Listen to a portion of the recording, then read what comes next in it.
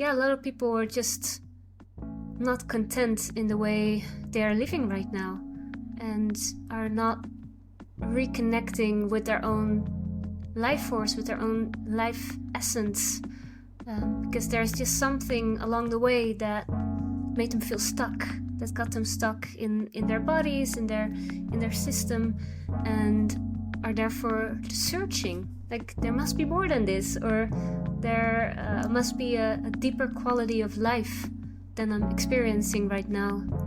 So yeah, that's what I'm speaking to share that there is, and that there are so many opportunities for our happiness, for our well-being, and most of all our health, because I believe that health is our greatest wealth. It's it's a very paradoxical thing, but in the moment that we don't feel healthy anymore, that we don't have a healthy body or a healthy mind, then we realize that that's the only important thing, our health. Welcome to this episode of Essence. In this episode, I have the honor to have Vivian Zandkuijl with me. Vivian offers healing work in the realms of bodywork, being a ceremonialist and a sound healer.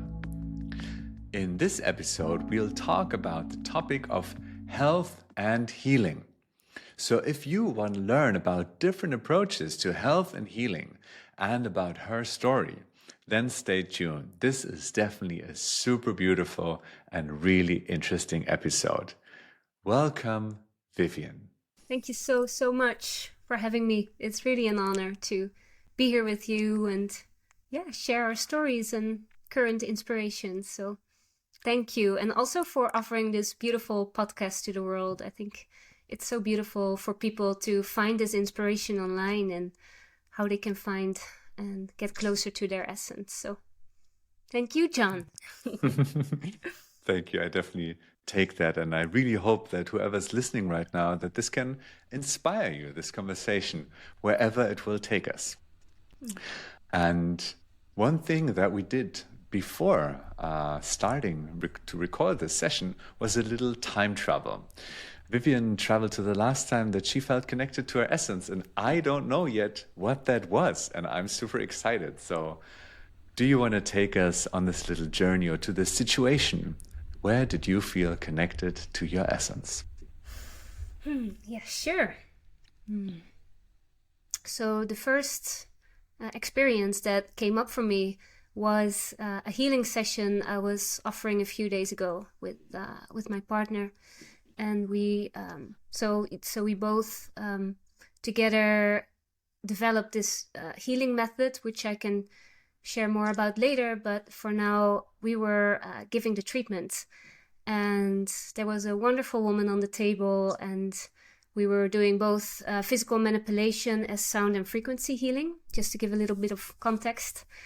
And I was sitting next to her, and I was playing the crystal balls, creating a ongoing sound, and I just felt that I needed to sing for her in her mother tongue. So she was Spanish speaking originally, and I was sitting there and I was like, there's no Spanish song that's coming to me right now. Like, I know all these medicine songs, but it's not coming up. So I just stayed quiet and listened, and then there was just this Spanish song coming through me that I don't know where it came from. It was something connected to life or spirit or whatever you want to call it. And there was a Spanish song coming through.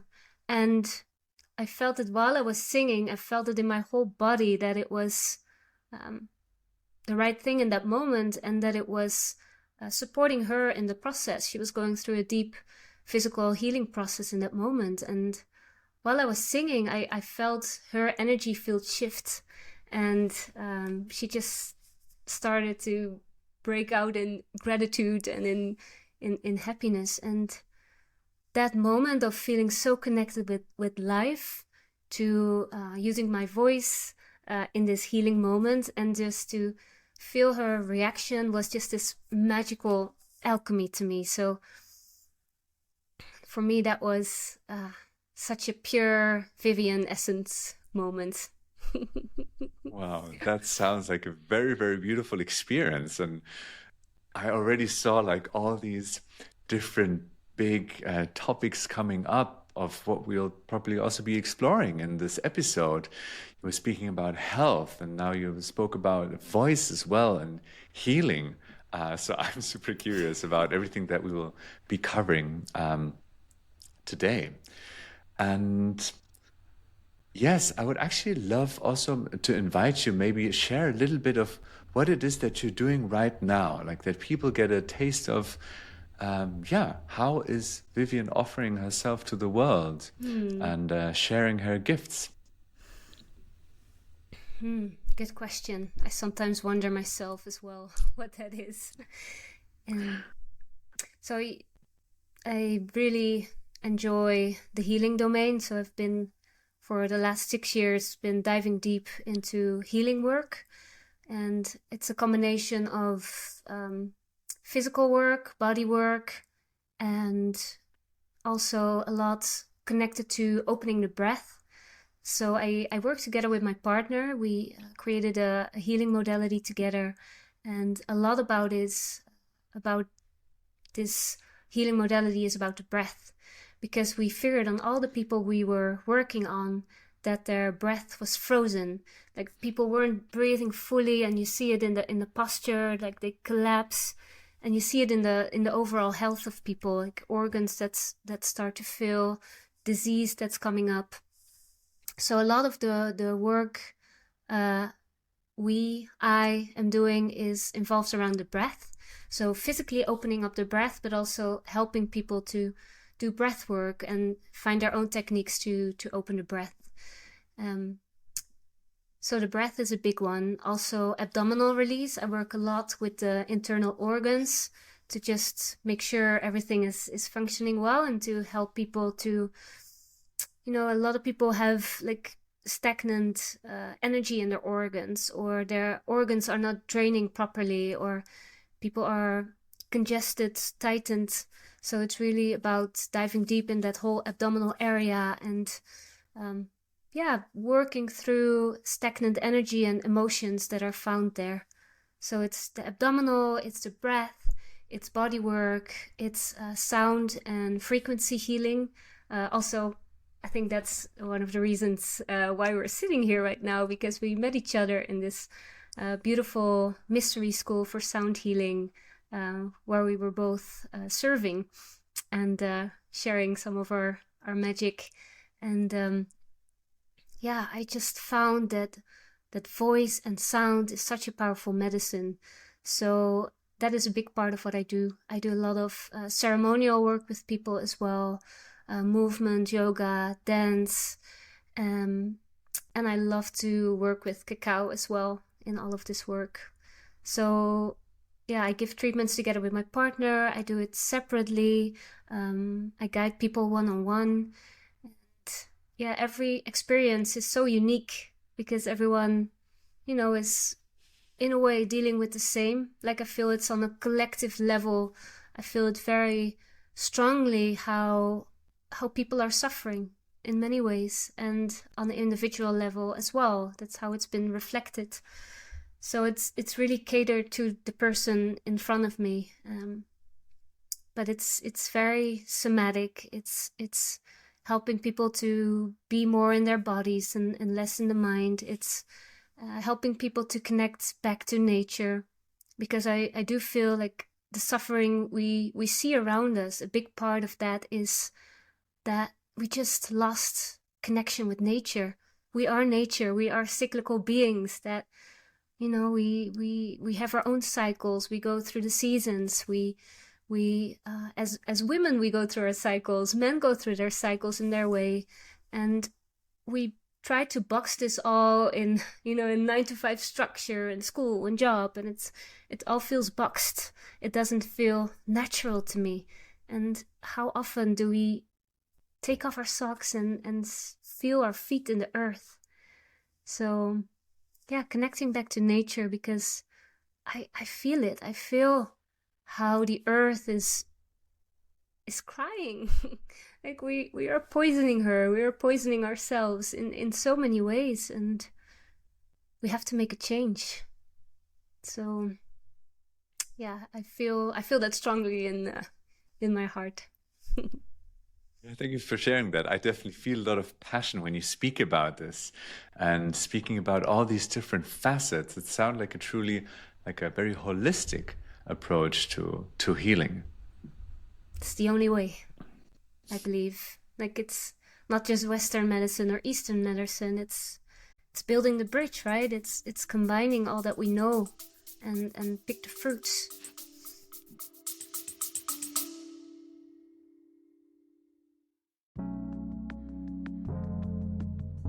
If you're enjoying this podcast, I invite you to click follow. Your single click can contribute to inspiring more and more people. I also invite you to go to my website and download my free 9 Ways to Live Your Essence guide. All the information you find in the description. So now let's continue with today's episode.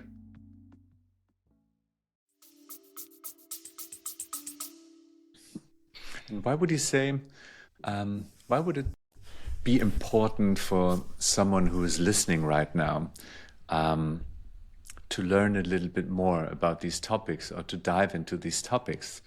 Maybe there are specific symptoms that people experience when they come to you and say, hey, Vivian, I would love to have a treatment. What is it that people come for, and why would it be important for someone listening right now?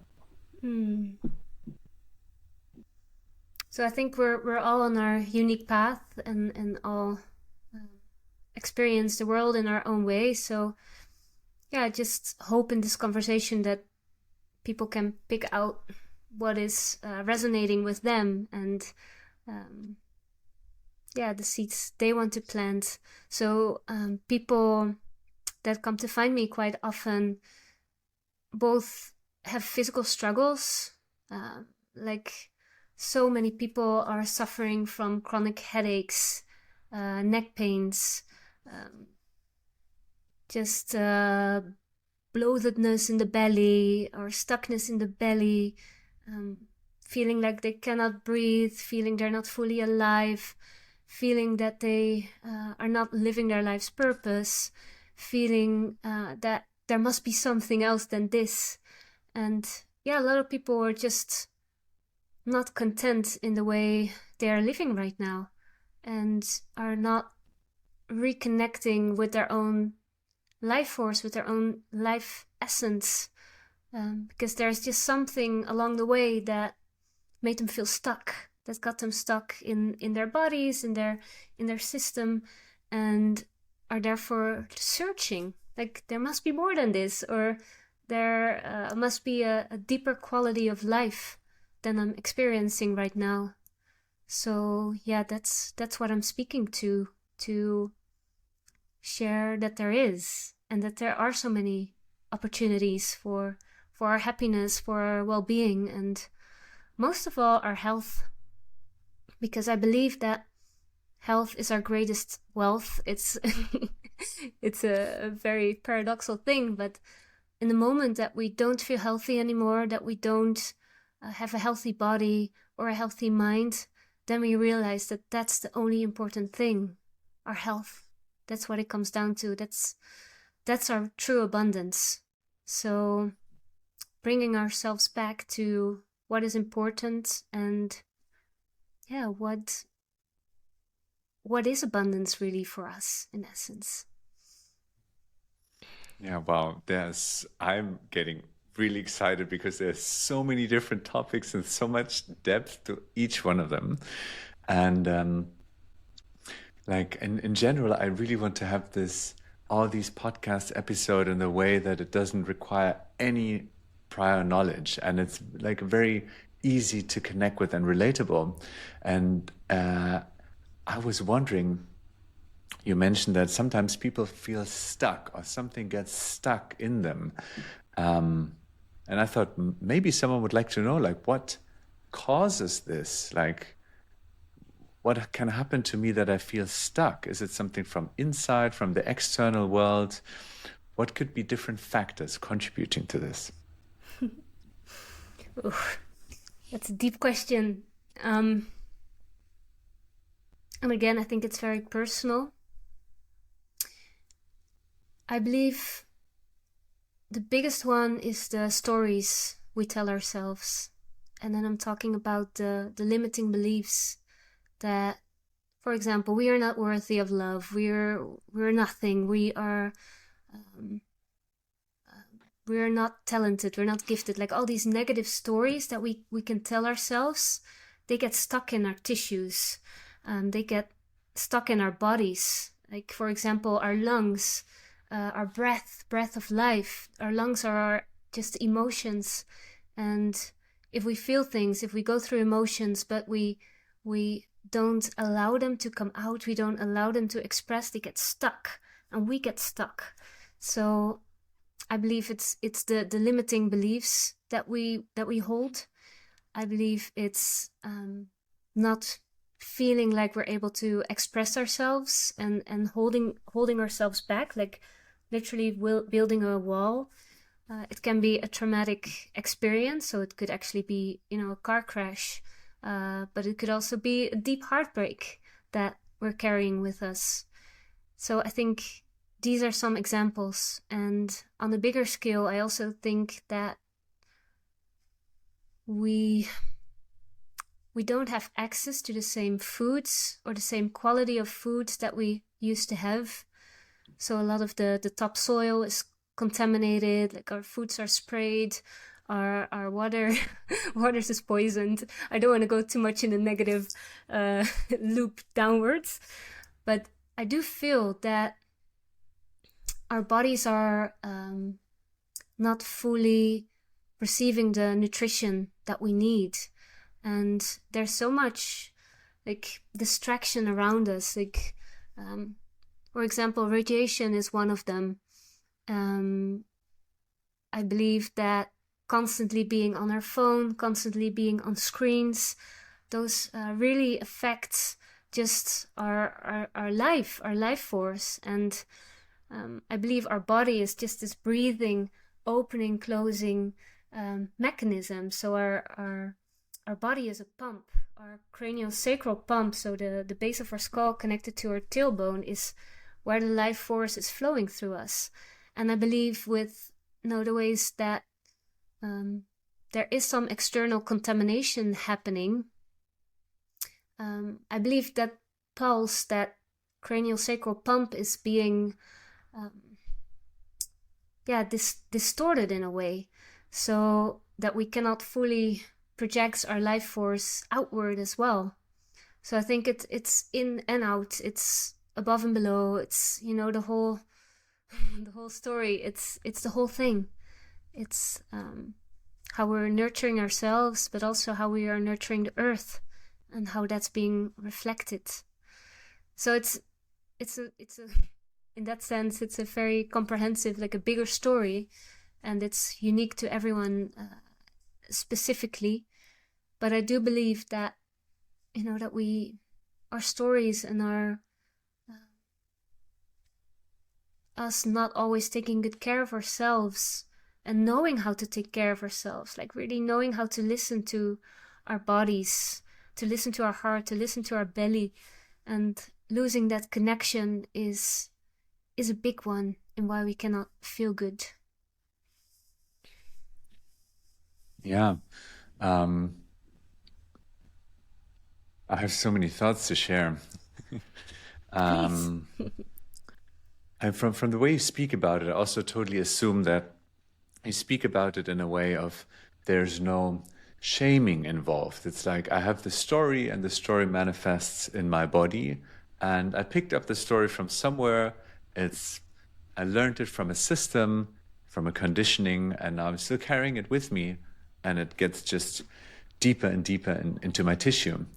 And how I experienced a lot of development and growth was that the first step is of awareness, bringing awareness to, that's where I'm currently at. Okay, cool. Then I can make some steps into certain directions.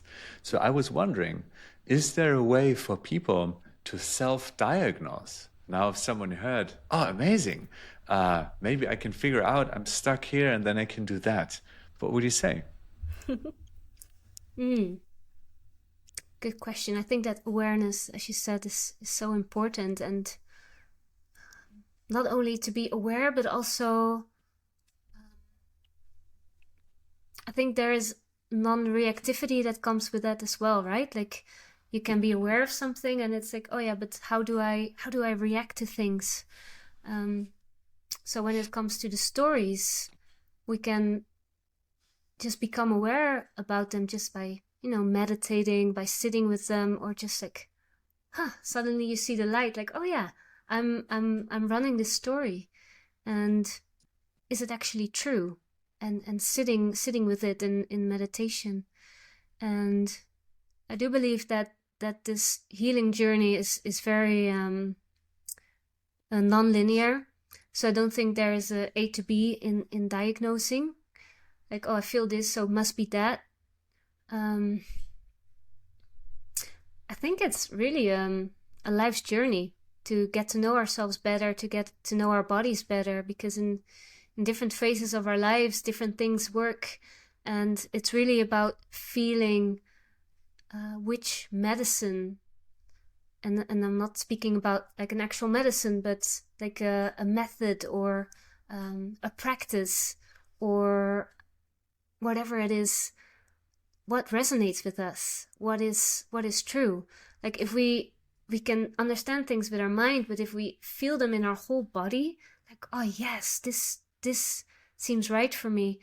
I believe that's the key in recognizing what is what it is that we need, or what is that diagnose, and from there to start to choose, okay, maybe I'll walk this path for a while, or maybe I'll try this modality, and see along the way if it's working for us.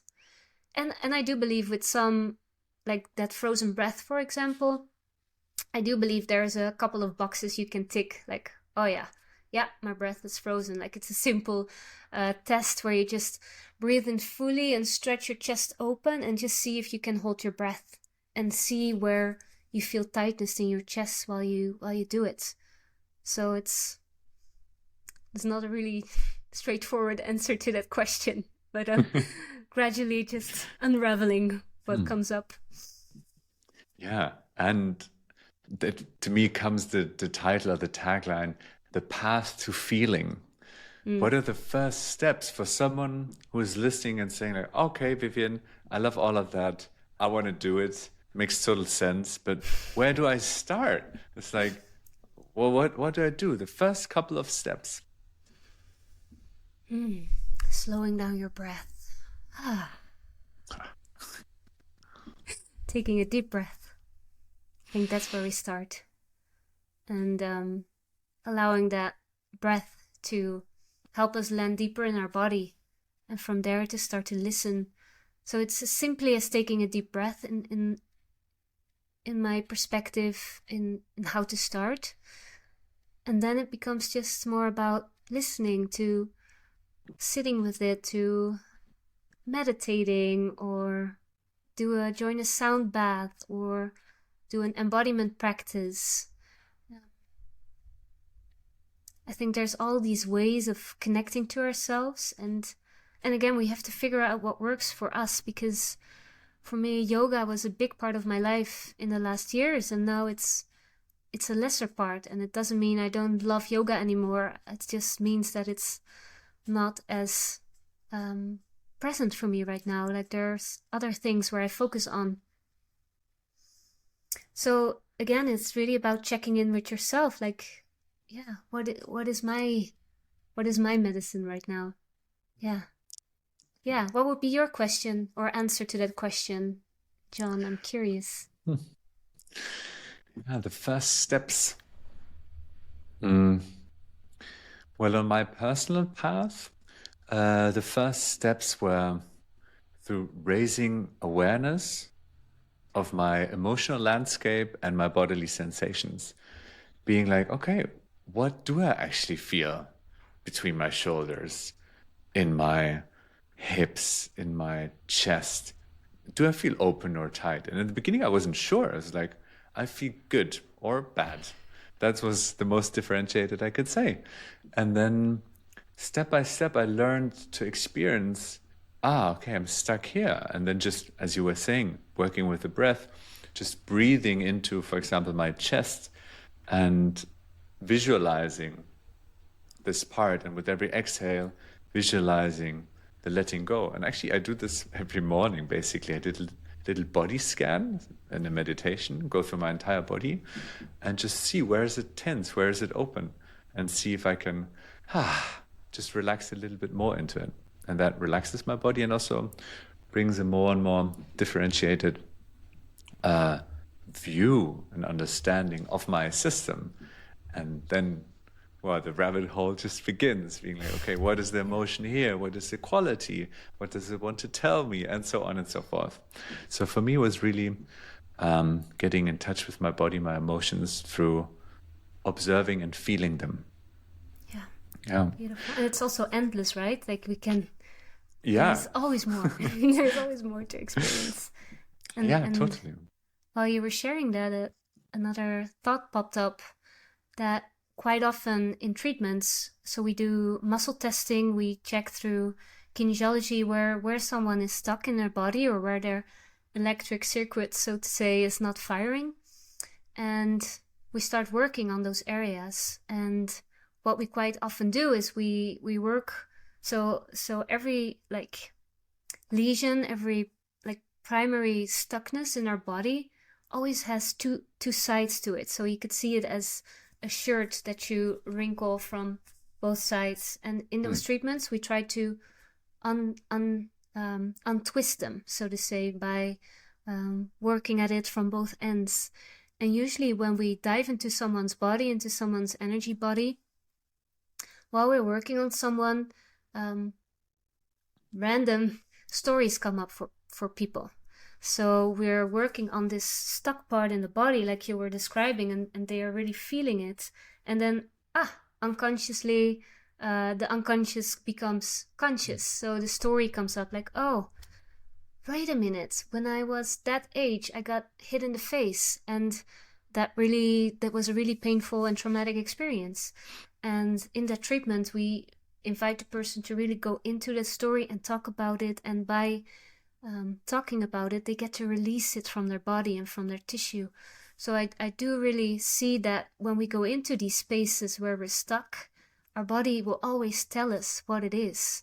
Like something random, a thought comes up, and quite often it's not random. It's pointing us exactly in the way, in the direction of, where to look. So it's about listening, but also the more we listen, the more our bodies will start to tell us. Wow, that's beautiful. And listening to you, I had this thought and question come up, and I'm so curious about how you will describe it and answer it. What is healing? What is that? I don't know. So many people speak about it. I speak about it. But what is it?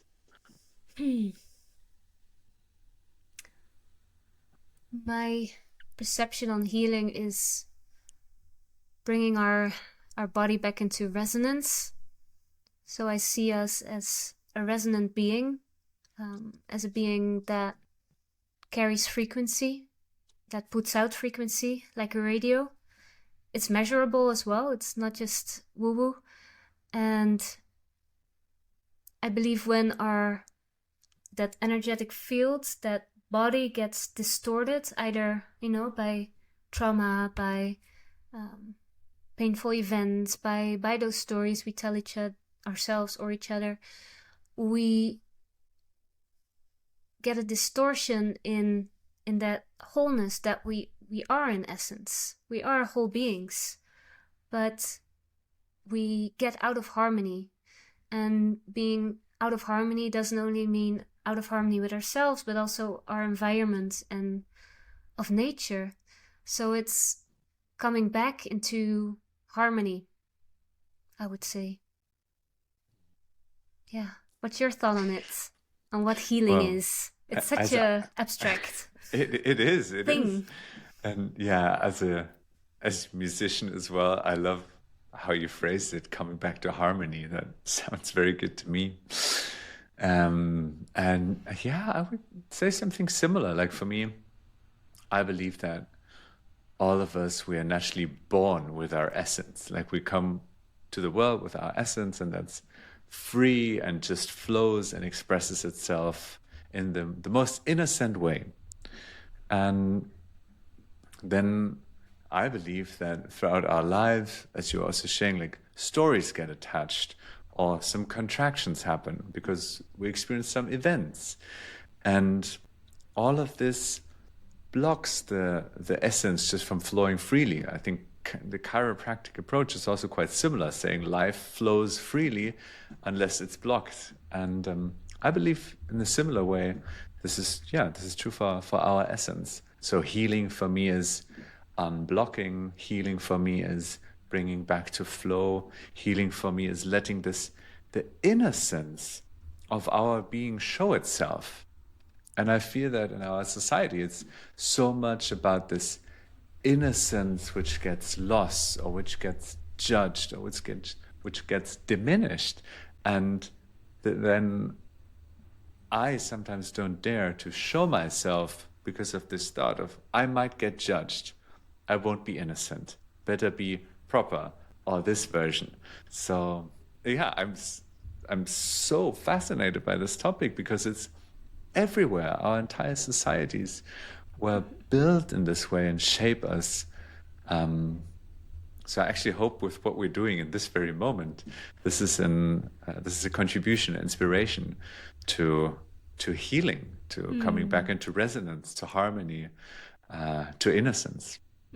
Yeah, I really hope this is a healing experience for everyone involved, for sure. And yeah, one more thing I would like to say about that is I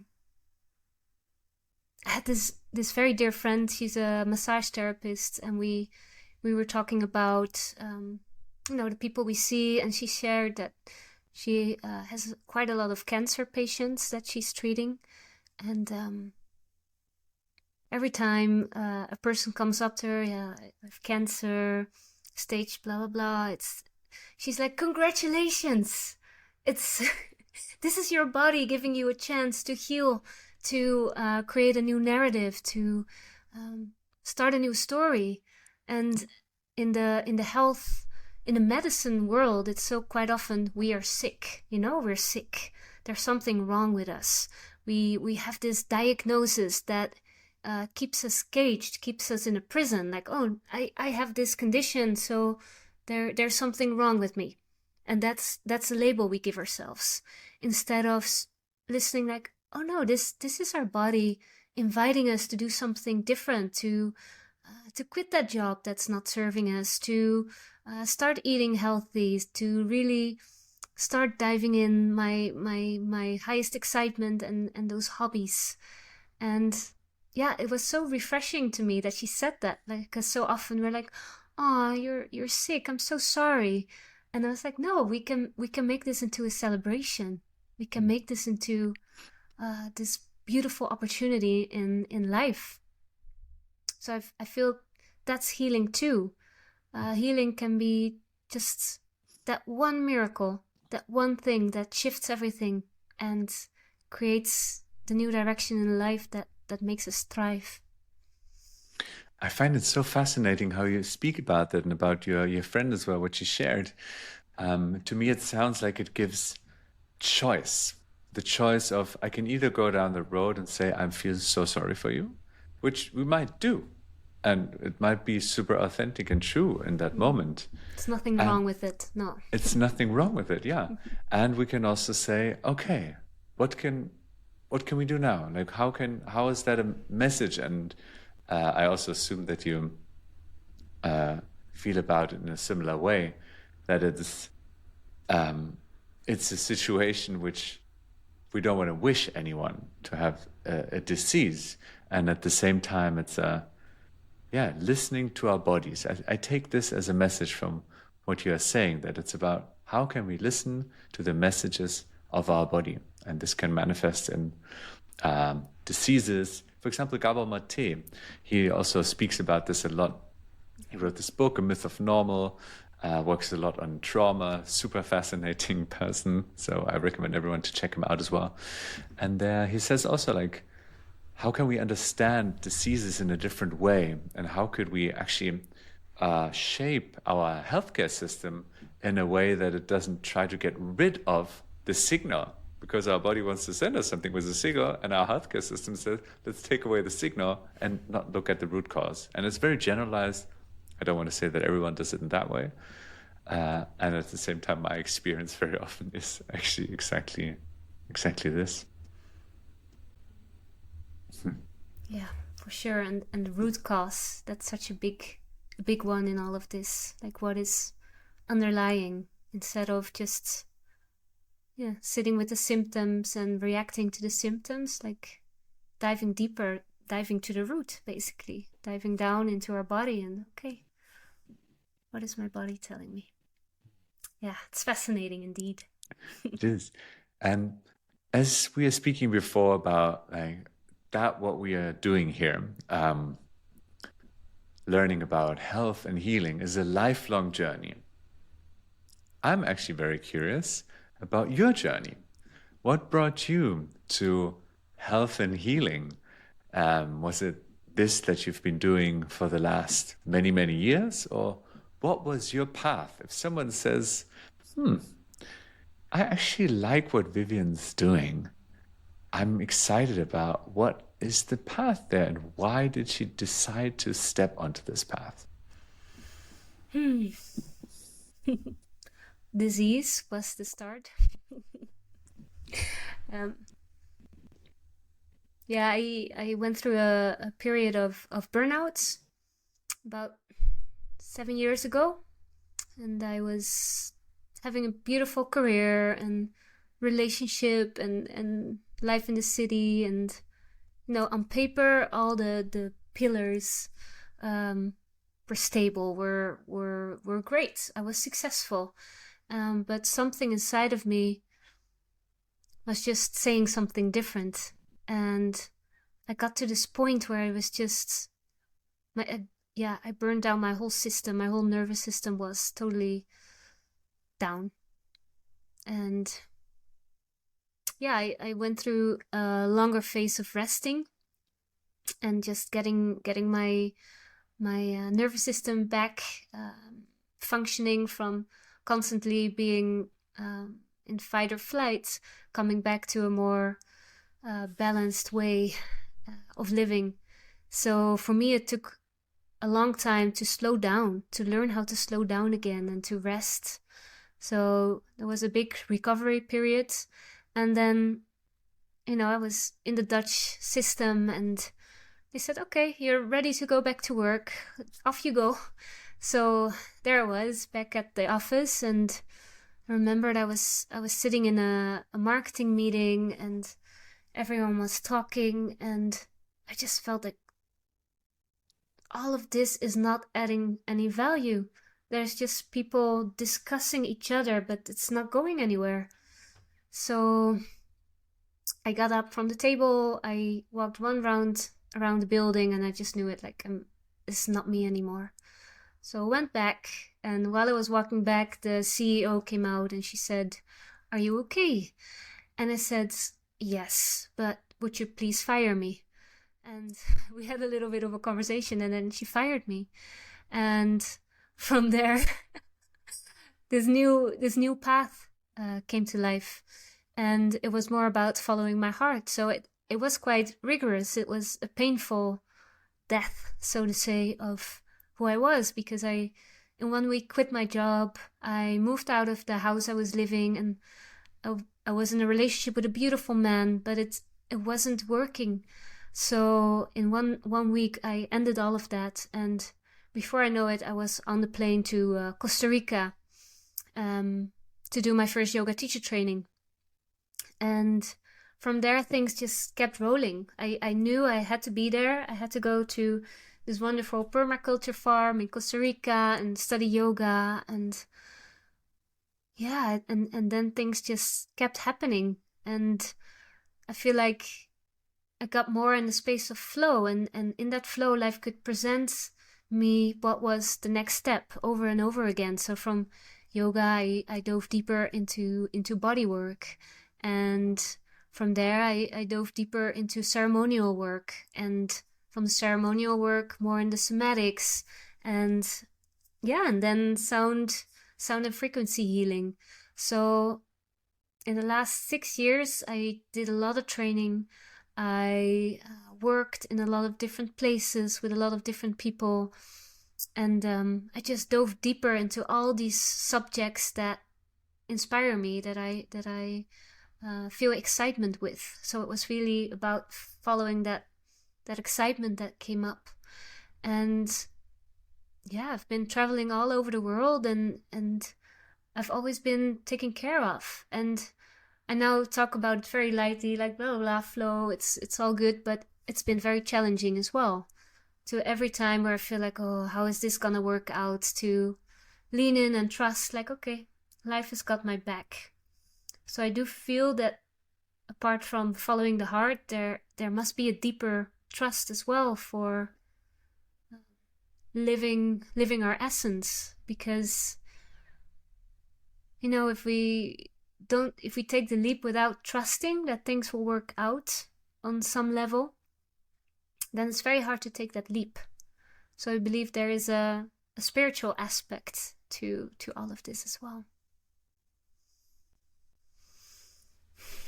What a path. I can so imagine the situation where you said, hey, could you please fire me? And just with like this, felt to me like this wake up situation, this doesn't make sense to me anymore. This reality, what I'm seeing here, that's not me anymore. It sounded very clear when you spoke about it. Yes, there was a deep clarity coming with that. And I was wondering also, because taking these steps afterwards, I can imagine at the beginning, well, that it could have been also quite challenging, like leaving this job, ending a relationship. I feel like so many pillars of your life were just crumbling or actively being torn down. And I was wondering what was supporting you in this time to make these steps.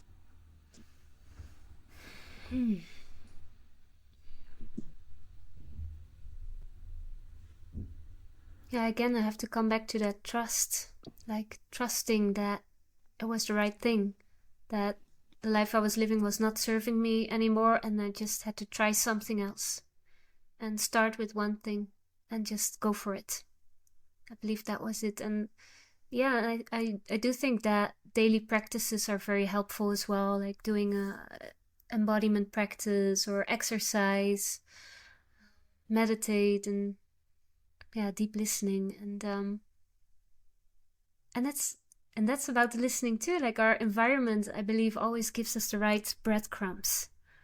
There was one friend, and she said, "Oh, I know you really love yoga, and I have a really good friend in Costa Rica who's offering this teacher training. I think maybe that's something for you." And I started looking into it, and I felt, yeah, that's right. So it was the right friend for me in that moment as well. So community it's a big one. Yeah. Have you ever been through such a big shift in your life, John, where you changed everything, or are you more of a gradually consistent change maker? That's, a good question. I had definitely different various phases in my life, which feel so different, each one of them. Like I studied robotics and medical engineering many years ago, and that feels like a life which it's hard for me to connect with. And from that life, I had there was not a gradual, but a very abrupt change of phase or life towards working in a strategy consultancy. And before that, I was playing in 3 different bands at the same time, having volleyball training twice a week and seeing many, many friends. And then from day one on, working in this consultancy, like like all this other stuff was just gone. And at first I really enjoyed what I was experiencing, being like, okay, now I get to travel around, and it felt like me an invitation to the shiny world. Everything was shiny and expensive, and like, wow. Everyone seemed very important. But then I had this one moment as well where I just looked at my life. I can't remember where I was. Maybe I was at home, and or in a hotel. Probably I was in a hotel room actually. And then I looked at my life and realized, hey, you were playing in 3 bands before. You were really enjoying this. You were playing volleyball. You loved this. You enjoyed spending time with your friends and just experiencing new stuff. And now you're here and everyone's just talking about gaining extra points for miles and more, or who has the best hotel room. Is this really the life I want to live? So I think that was one wake-up call and one wake-up moment. And I always want to be very careful and clear about that. I don't want to say this world is the bad world and I've now transcended and I'm now the illuminated something. I don't see it at all like this. I just realized for me, this is not an environment where what wants to grow next in me is supporting me. And I think I had a couple of these moments throughout my life, just always with the sensation of this doesn't suit me anymore. It's like clothes. Or maybe half a year ago, I said something like, this environment doesn't feel nurturing. And I try to make my decisions based on what would make my soul happy and dance. What would make me thrive? And where do I feel lightness and joy and creativity? And actually starting this entire Essence brand with also this podcast feels like another one of these steps where I'm like, yes, it feels so good. This is so nurturing. So this conversation feels like it's nurturing me. It's good for my soul, for my health. It's healing. It makes me a more whole human being. And I think this is the most recent one of these steps. Yay. And I'm glad that you asked. Wow. Yeah, I want to celebrate that. And as you mentioned, there's no right or wrong path. There's a path, and we follow it in our greatest capacity in that moment, I believe, and we learn along the way. And it's a unique path. Like what you're doing probably doesn't work for me per se, or vice versa. So it's like, figuring out what it is that, like you voiced that really, really beautiful, that's nourishes, that feeds your soul. Yeah. Yeah, and I think what is in common to all stories, yours, mine, other people's stories and experiences, I believe that it comes down to what you also mentioned, this quality of listening and following the breadcrumbs. And I would actually love to inspire everyone, and I want to create, different ways of how to do this, that we can learn to listen better, in the sense that listen to what would serve us next, seeing the potential and the path ahead, and creating the skills and ability to actually walk this path. Something that I can share with you. I think I didn't share it yet. You know that I wrote this one children's book on nonviolent communication, Lara and the Wish Beings. I love it. I love that book. And in a couple of days, I will release the next book. It's called Lara and the Protector. It's in German, the first one. And that's also a lot about listening to the body, actually. Listening to your nervous system and learning to speak its language. And yeah, I think I want to inspire people to listen, to learn to listen. Mm. Oh, what a great gift you're giving the world and Yeah. children. Like, Mm. oh, it's so beautiful. I wish at being a child I would have access to those kind of books, this kind of knowledge. It's so important to, at least to me, to learn that from a young age and to get inspiration of, how does my body feel in this situation? Does it feel good? Does it feel yes, or does it feel like a no? Like, it's something I didn't really grow up with, in that sense, that body awareness, that listening to that information of the body. And yeah, such a gift. I'm actually curious now if there are parents listening right now to this podcast episode, um, and they're like, okay, cool. I want to create an environment that is most nourishing for my kids. Um, and now you have all the experience that you have gathered in your life and being shaped by your experiences. What would you say, like, share with parents to look out for? Like, what could they listen to which kind of cues, or what could be some ingredients for this nourishing soil? Well, I would just say buy John's books. Amazing. uh, well, I have the honor to be an aunt, but I don't have children for myself. So I have been a child myself. I have an inner child, but I won't say I'm an expert in that realm. I do feel to just allow children to learn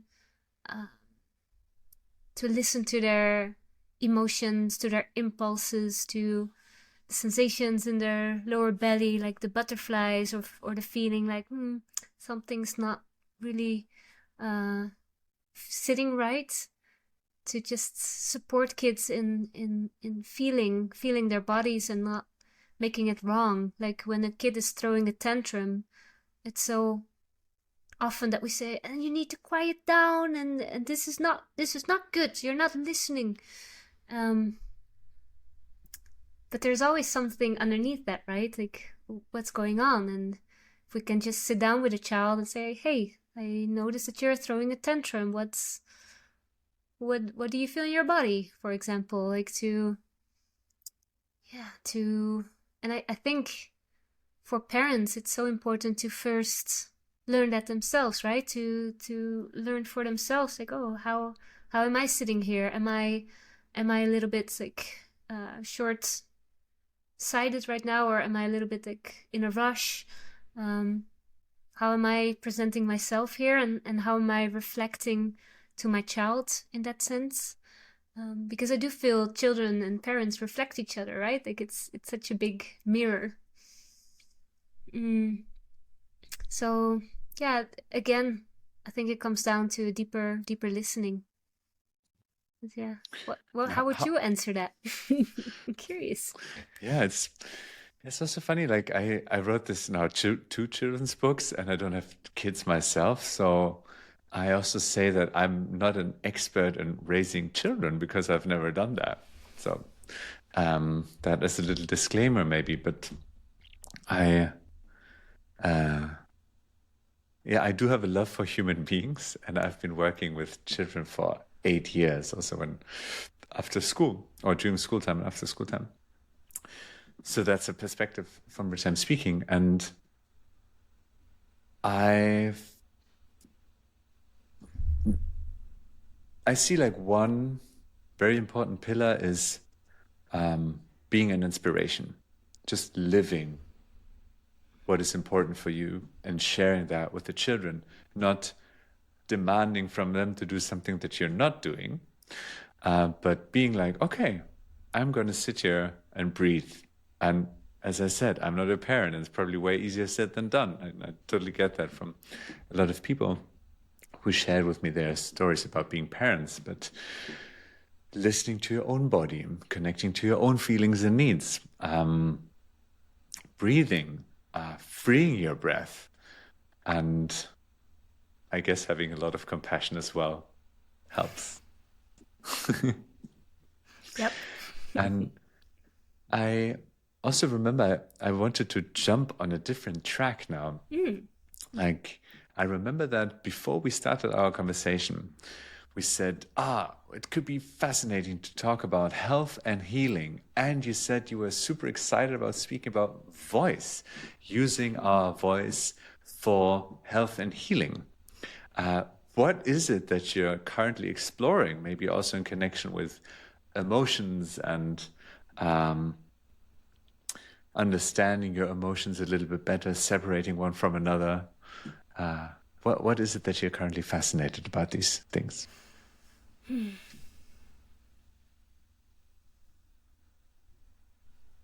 On a personal level, I feel that we can come back to that theory of our body being an instrument and we need to tune ourselves like we need to tune our guitar. So I love to make sounds, to use my voice and feel in my body where it resonates. I've learned beautiful techniques during the sound healing school and facilitator training where we met actually. That involve all kinds of practices where you can use your body as an instrument to feel where you're stuck. Like when you make a sound and focus on this energy center of the throat and feel like the sound is coming out of resonance, or like you feel a little bit of you hear a little bit of crackling. Quite often it can show us like, oh, I feel a bit stuck here, maybe I'm not speaking up fully. Or when I feel contracted in my heart and I make a sound that's connected to the heart space, I can feel like, oh, something is a little bit stuck here. But I believe we can also use these techniques to flush out our system and to feel where it's stuck, and to use our voice to harmonize ourselves again. And so for myself, I really enjoy doing these kind of practices, and sometimes that's like an intentional practice I'm doing, and sometimes it's just sitting in front of the fire with a drum and just seeing what wants to come through. And when I just sit and tune in, I can bring myself in a trance space or a trance state, and I believe that that's a space where a lot of healing takes place for myself. And it's the same with working on people. So with sound, both with instruments like tuning forks or whatever I'm working with in that moment, I can feel in someone's energy body where there's a disruption or where there's a block. And with the voice, I've learned and experienced and now practice to go into these spaces and to bring it back into harmony. And definitely when the person is receiving a treatment and making the sound together with me, I feel we can just bring each other back into balance, because I believe it works both ways. It's also for me, but it's also for the other person. So I've been playing around with that a lot, and just like tuning into a person and let a song come through. So instead of thinking up a song, I just feel the song that wants to happen. And quite often there is some sort of information, like it's on some levels it's very easy to understand. On a mental level it's sometimes a bit harder to understand, but I just start singing into a person's body and a harmony comes up, or a sound or lyrics, and quite often that's exactly what that person needed to hear in that moment. That's so magical. Like I can use my voice with that, for that, and they can use their voice for that. Because when someone is like going through like a painful or traumatic blockage, when we're working on them and we ask them to make a sound while they're processing, we can just feel like their body just relaxes, their body is able to let go. So I believe that in sound, in the voice, there's so much. And the voice is telling us so much. When you listen to someone, you can hear the state of their breath, how they're breathing. You can hear the state of their nervous system. And when you dive really deep, you can hear their whole history and their whole traumas, their beautiful experiences. It's all reflected in a voice. So I'm doing this voice analysis course right now as well, where I'm learning more about how to diagnose a person through their voice, because my intuition tells me a lot, my common sense and my knowledge tells me a lot, but to also be able to diagnose, that excites me at the moment. So that's all the ways I'm working with voice. It's just like this big thing for me. And I also just love creating spaces where we sit in a circle and we just come up with sounds. And for example, to have a drone going, like one tone or one sound going, and just allow people to make sounds, to take up space, to voice what's in their body. So many ways, many excitements. Wow, amazing. It's so rich, and I deeply honor all the experience that you bring to the table, to the screen, to people online, offline. It feels like such a rich buffet that you can pull off, be like, hey, this is really a holistic approach to health and healing. And I'm personally extremely excited about working with a voice and with music and sound. And as we also met exactly in this kind of space, for me, it's so fascinating to like feel someone's being through their voice and their entire history and what is connected to them in this very moment.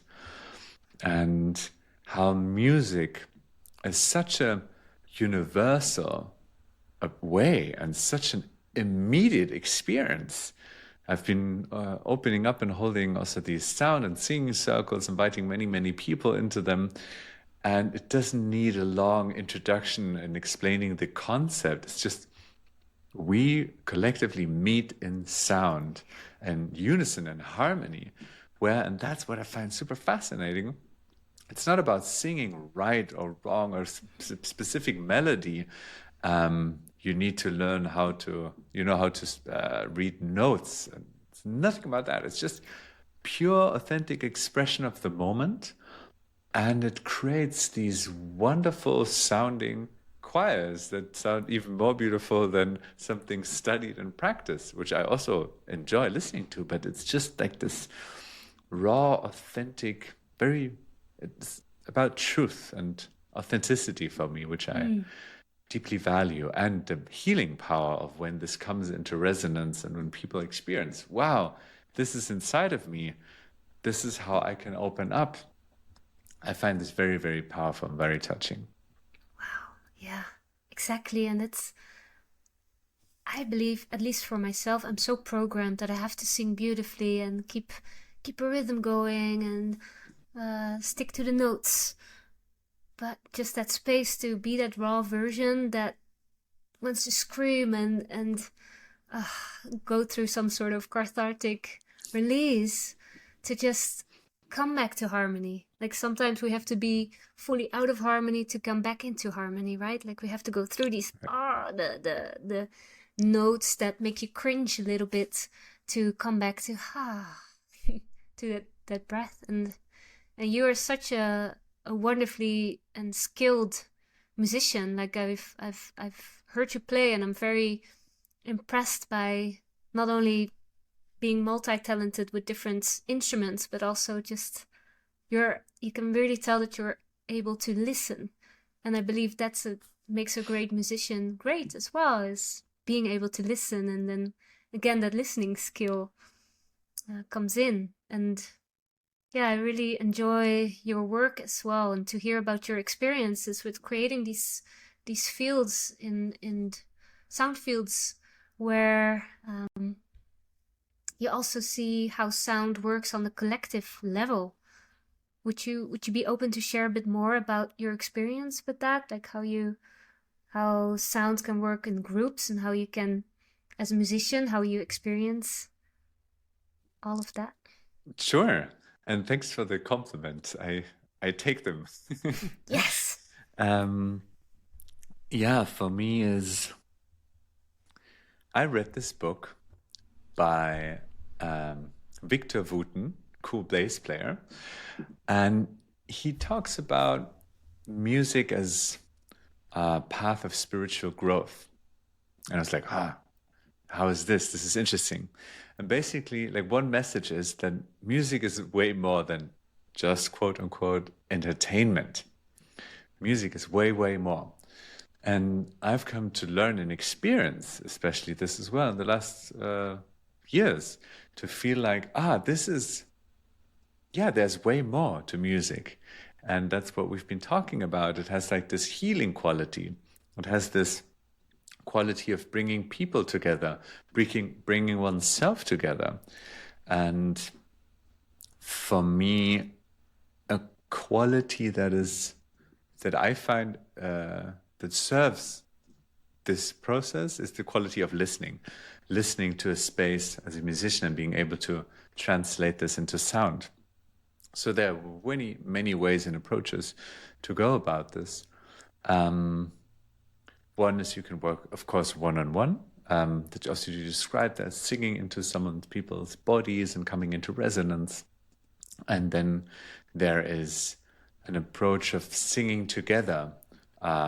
You described this having a drone, a single note, and then we just drop into the sea of melodies and express what is alive in us authentically through our voices into a melody. And it's nothing that we think about. It's just starting with one note and following the breadcrumbs of the aliveness inside of us, bringing that into harmony. It's beautiful for authentic self-expression. And then there's another approach, which is basically translating the energy of one person or a group into sound. And that's what I've been also exploring and finding very, very fascinating and interesting, that a group or one person has a sound and it can be felt and translated. And it's not that much about, are we playing in C minor or B flat major? But it's very hard for me actually to describe, to put into words. And I love words. So it's this, translating of something to music. And I believe this something is the current state of someone or a group body. And this can just create these magical experiences and dialogues. People might know when you can have live music and dancers and they can have a conversation. That's so beautiful to watch and witness. And this is similar. It's just not professionals moving their bodies. It's just like you and I, human beings moving their bodies, and that being translated into sound. So super fascinating topic. And I can imagine it's something that one needs to experience. I don't know if my words get close to the sensation that I have in these moments. It's just a very fascinating world. And music is way more than just entertainment. And it's a very powerful tool for healing, in my opinion as well. Yeah, exactly. I fully agree with that. And I think you did really well describing such a experiential thing, basically. And what I really admire is that, and that's my sense of you, maybe I'm wrong, but that you were coming more from the technical music side, right? Like playing in multiple bands and like being a professional musician, to working with sound in a more healing way. And perhaps, there's no difference. As a person that's in the crowd of that band you're playing in is having a healing experience just by listening to it. versus we create this container where we offer a healing experience with sound and healing of ourselves. Like I guess it's the intention behind all of this. But me personally, I'm not a professional musician at all. I never learned how to play notes. I don't know how to play guitar. I am very intuitive in all of this, and now I'm gradually moving more from the intuitive side to, how can I now include that technical side as well? And for you, it feels almost like the other way around, if I'm correct. Yeah, Like, totally. how would you describe that process? It's very fascinating and weird at this. For me, it was very weird. So I knew how to play songs and chords and sing the lyrics, and then practicing that the song sounds as good as possible. And I've been doing that in funk bands and rock bands and jazz big bands, singer-songwriter, solo. So that was where I was coming from. And then, experienced this modality of following the energy of a group through sound and music. And it was, first of all, a process of unlearning in a way, by that I mean not following my mind, my musical mind, which is like, now it would be super cool if we play a break and then we play a little bit faster and then you play a bass solo. That's what my musician would say, and it would sound amazing, I think. I hope. But this other approach is, it's actually a lot about letting my own ego aside. It's not what I want to play and what I think would sound amazing to my ears. It's complete letting go of all of this. It's just listen and follow. And I had these experiences which still feel so surreal, that, when people say they had the feeling that they weren't playing or they weren't singing, that's exactly what I was experiencing so often. Just watching my hands and fingers move and play and being like, I'm not thinking this. It's just playing. And then sometimes finding myself playing these really weird shapes and that I've never played before, and feeling just so connected. So someone would say very right brain activity, not left brain logic oriented, but just completely in this flow state. So super fascinating experience. And at the same time, this musician's part that changes, and now we play a verse and then we play a chorus and then a bridge and then we play a B part, sometimes also feels bored. It's like, I'm playing this one chord now for about 5 minutes. I want to do something else. And then every time I realized, when I follow this impulse, I lose connection with the energy of the group. And then I'm like, okay, well, then it's what's needed right now, what serves most, it's playing this one chord for 5 more minutes. And that's how I actually see life as well. It's not so much about what do I think is the coolest thing to do now. It's about this listening quality of what wants to come through and what would serve most in this moment. I love this analogy of being a conduit for life, or being like a midwife for what wants to be birthed. And I see this also in music, and I'm getting really excited about that. I have the feeling I could talk about this for another half an hour. But that's how I got into this in my experience. Yeah, I love that symbolism of being that midwife, and that this whole life is this beautifully orchestrated thing. Like, there's so many connections with music and life, and I guess it's all about playing. I also really love how this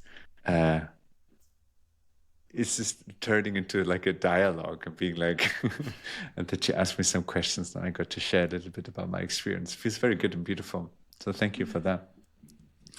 And I have the feeling that now, actually, we're coming with this episode slowly towards a close. If I feel into it, listen closely. And yeah, at this point, I just wanted to ask you if there's anything else where you're like, oh, before this episode ends, I would really want to say this, or I want that people know that, whatever it is. And if there's nothing, that's also fine. I just wanted to give you the opportunity that if there's something that you really want to say, this could be a good moment for this. I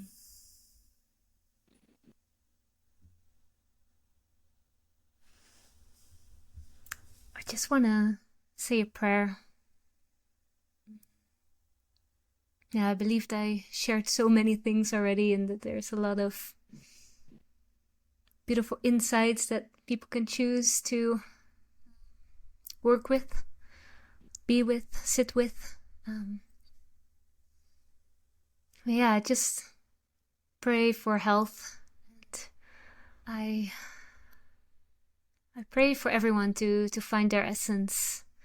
And yeah, listening, I think, was a big theme of this episode. So yeah, it's an invitation for everyone to listen deeply. And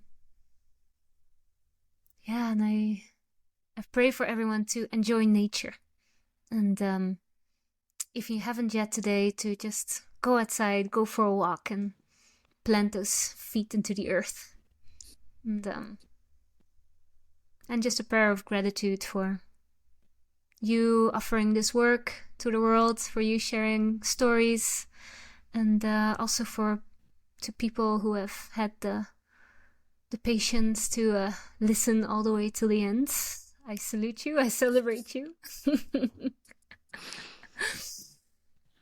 Yeah. Gonna stay with that. Amazing. Well, then I want to say a big thank you, Vivian, for being here. I'm so honored that you're here, and I feel that there's so much inspiration that you have to share with the world. If anyone is curious about exploring more of what you do, I'll write something in the description, and then people can check that out. Thank you so much. Thank you. And yeah, I wish everyone that you get some inspiration from this episode, and looking forward to connecting with you in the next episode of Essence. You.